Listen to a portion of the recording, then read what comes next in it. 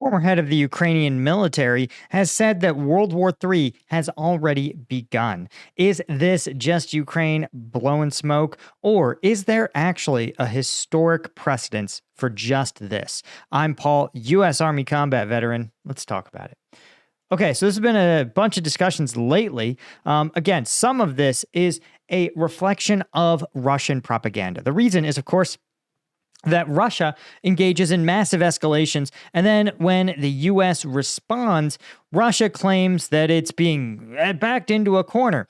Again, if you take nothing else away from this video, understand that Russia and Putin were the ones who knocked on North Korea's door and said, hey, do you want to become a belligerent in this fight? If that's not escalation, I don't know what is. So the fact that the U.S. is slightly expanding the range of their ATACMS missiles, or allowing tiny mines from the U.S. to be used, is absolutely not the escalation, guys. It is preposterous. And the fact is that what did Russia exactly expect was going to happen when they reached out to another dictatorship like North Korea and said, listen, have your military supply us and provide troops in this conflict? This is exactly what Putin expected to happen. So, why then is former commander-in-chief of the Ukrainian military, Valery Zaluzhny, saying that World War III has already begun? Well, the answer is that he says that this current conflict can be characterized as a third world war. Why is that? Well, it's because he points out that, one, and most critically, currently soldiers from North Korea carrying the North Korean flag are fighting in Ukraine, right? He also points out correctly that those drones that Russia keeps using are Iranian-provided Shahed drones, right? And you also have a country like China that has been very publicly providing military gear to Russia, as well as providing economic support in the form of accepting Russian oil payments and facilitating international transactions. So again, you're talking about Chinese-made gear and Chinese-made weapons, Iranian Shahed drones, and North Korean soldiers. So it feels pretty international to me. And as Zaluzhny points out, that it's still possible to stop it in the territory of Ukraine, right? Now, he says, quote, it's obvious that Ukraine has too many enemies. He says Ukraine will survive with technology, but it's not clear whether it can win the battle alone, right? And it's an interesting distinction between survival and victory, right? Ukraine, it's at the current rate, it will take Russia something in the realm of decades to reach Kiev, but that doesn't mean that Ukraine's going to be able to roll any Russian or North Korean forces back. That's sort of its own thing, right?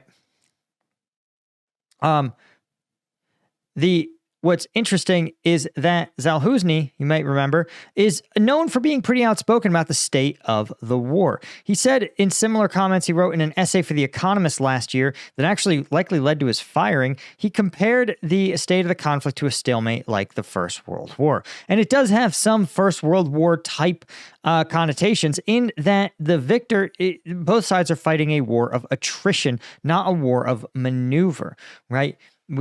Germany was not defeated necessarily because it ran out of troops and material, but it did end up running out of troops and material. But instead, it was defeated because it was simply outmaneuvered by the Allies, right?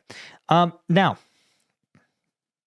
what is I think really significant is that it's not just Zaluzhny who's talking about this World War III adjacent threat. In fact, Donald Tusk and the Prime Minister of Poland are saying that this looks like it could be some kind of World War III type event. Why?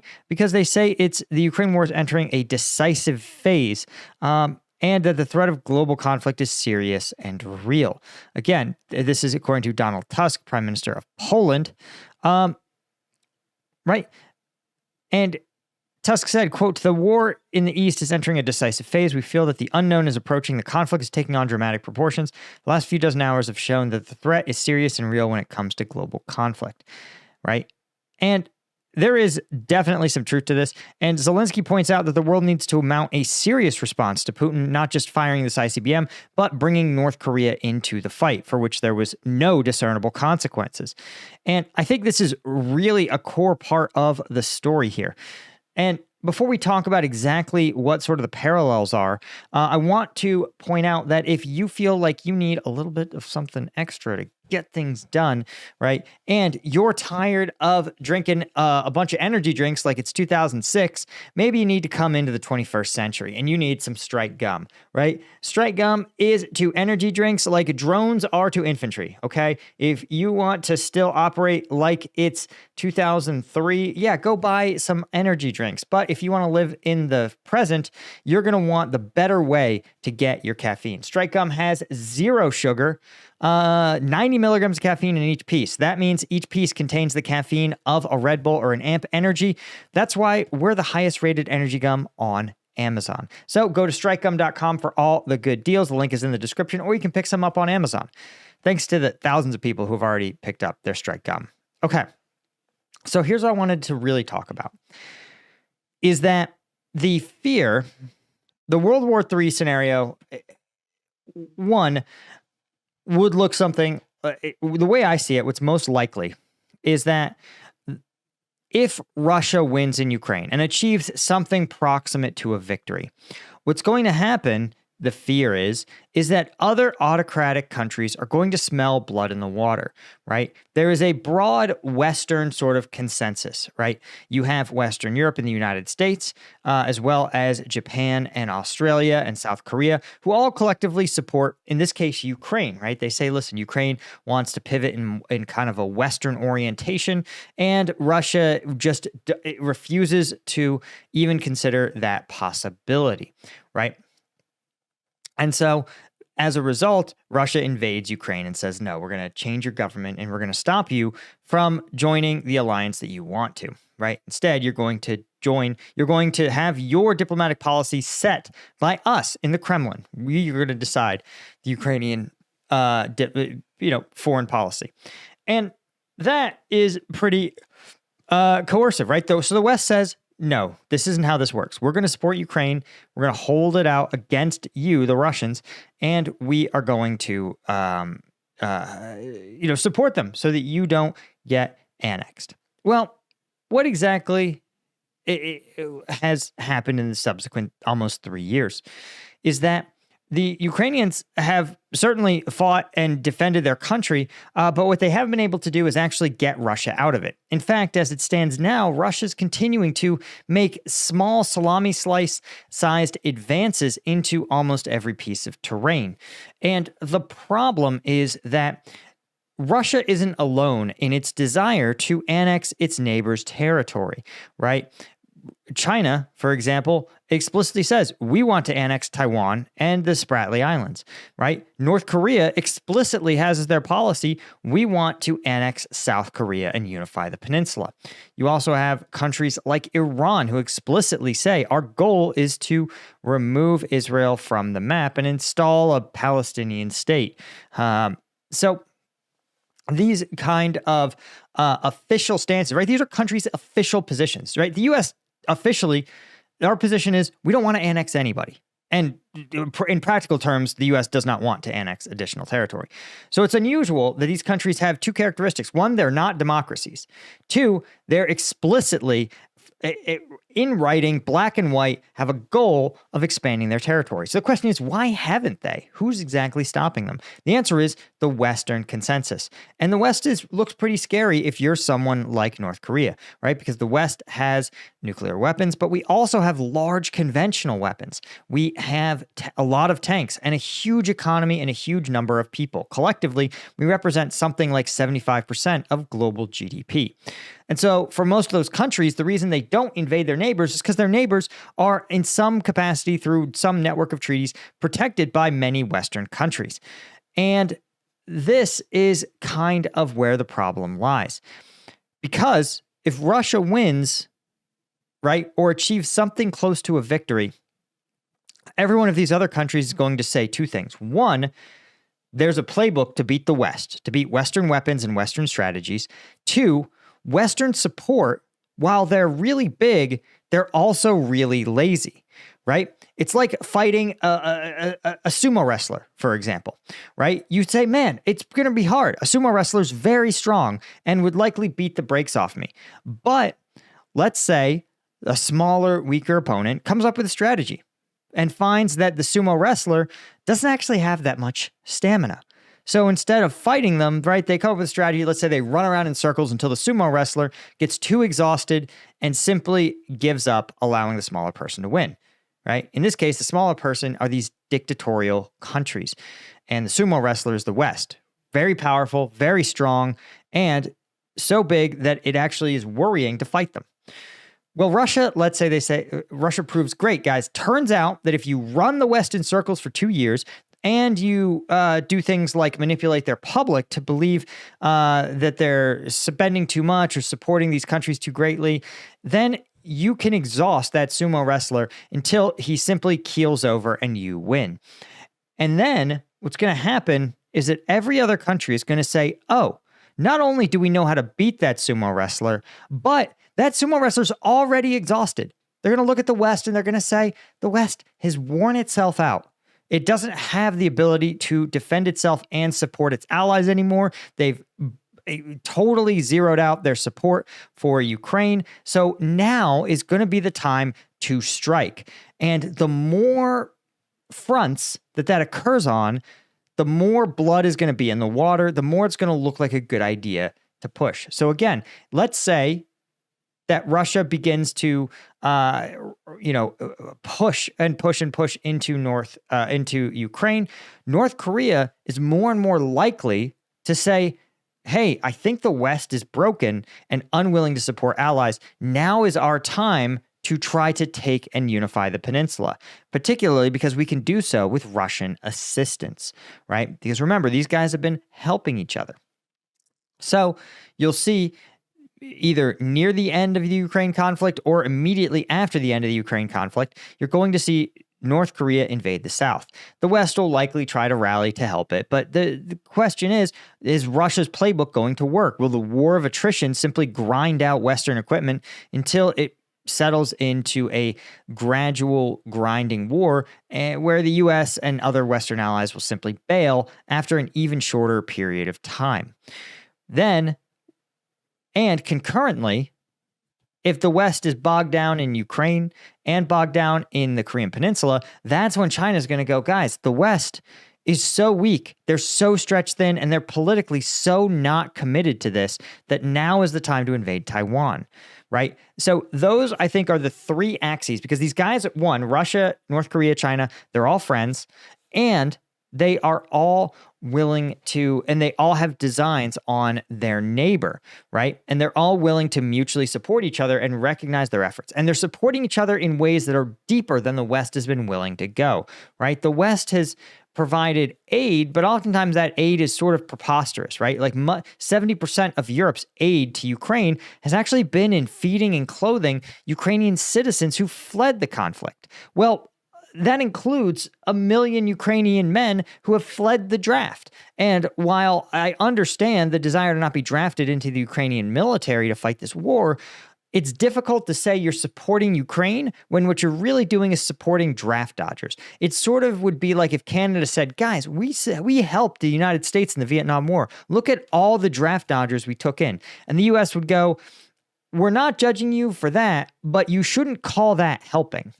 And so you have this kind of commitment where autocracies are helping each other in really concrete ways, right? Like every shell that Russia fires is basically been provided by North Korea. And if North Korea wasn't providing these shells, the Russian artillery would have been silenced by this point.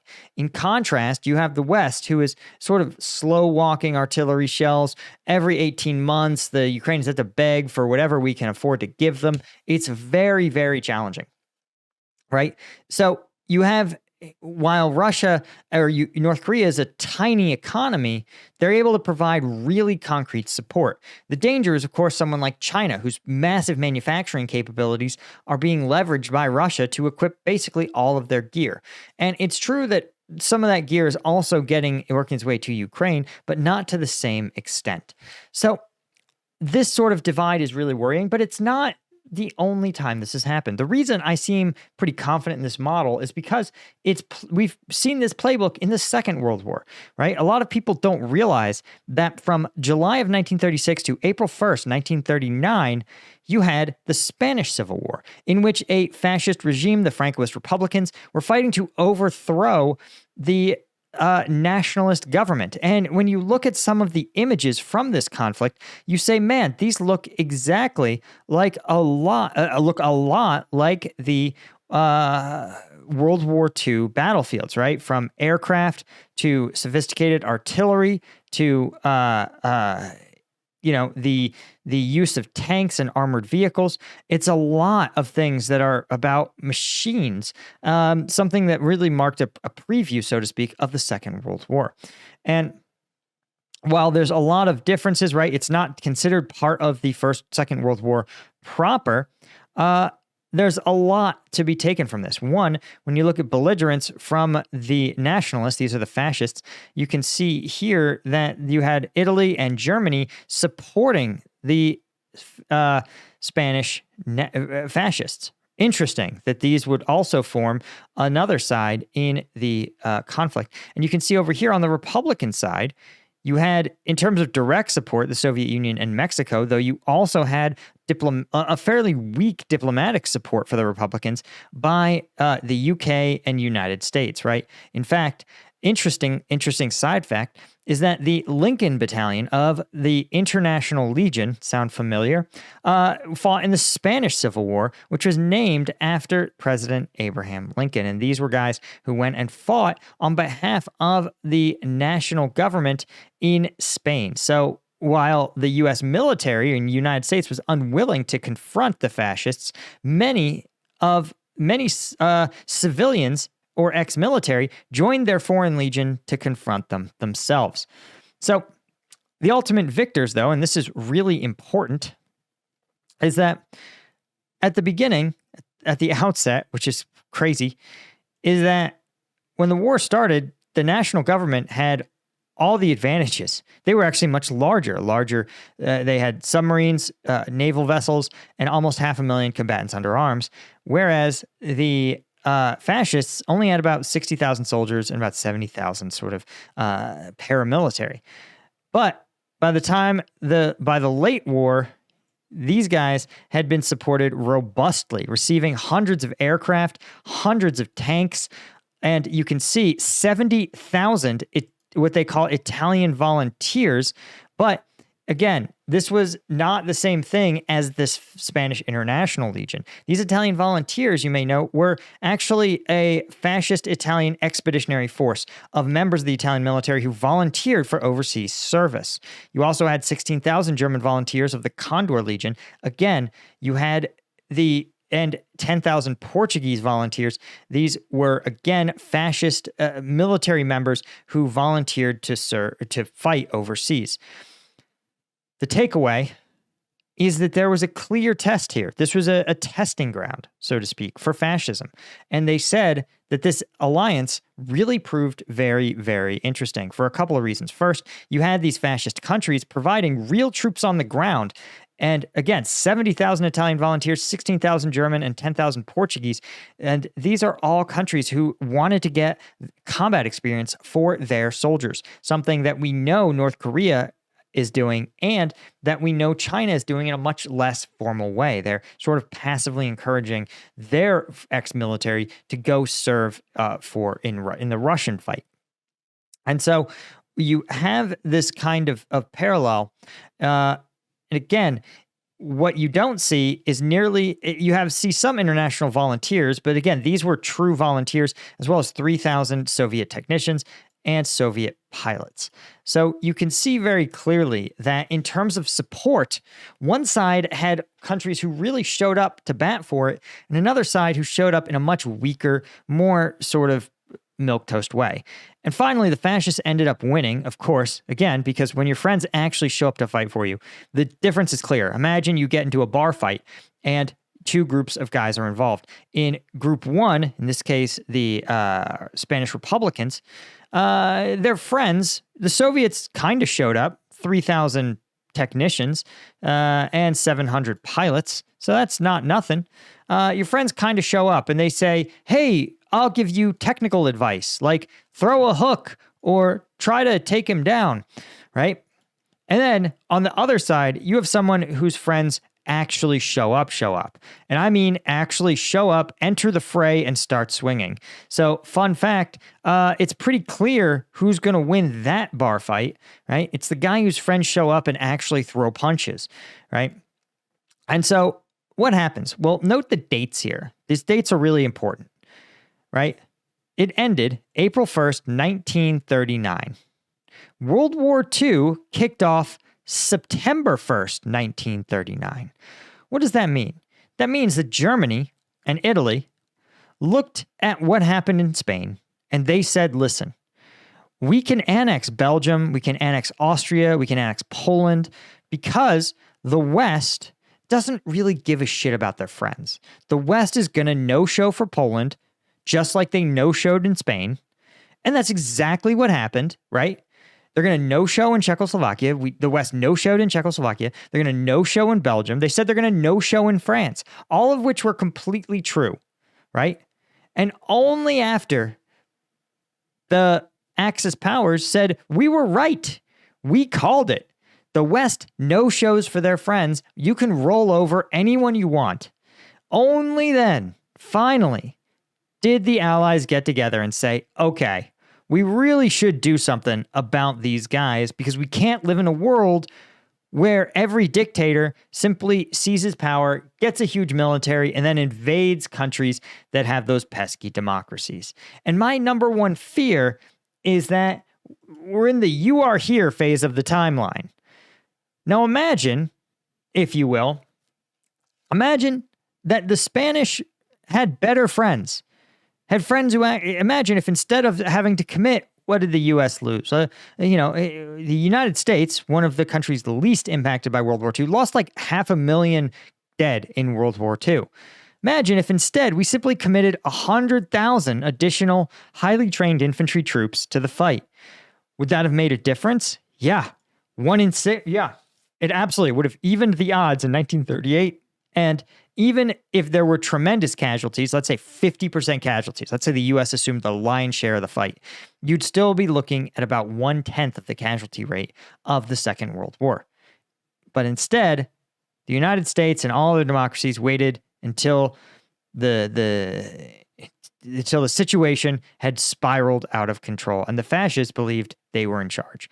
That's the fear here. That's the scenario. That's what should keep you up at night. It's what keeps me up at night. And it's why I'm so damn frustrated with the way that Ukraine has been largely abandoned by its allies. Anyway, guys, that's all I had. Thank you to Martin Baum, Chris Rossi, Stuart Abel, Daniel Brown, Sergey Zinchenko, Chris Holmes, Chris Gorsuch, Daniel M., Ida Skycall, all the lieutenant tier members. Couldn't do it without you guys. And I appreciate you so much. I'll see you in the next one. Cheers.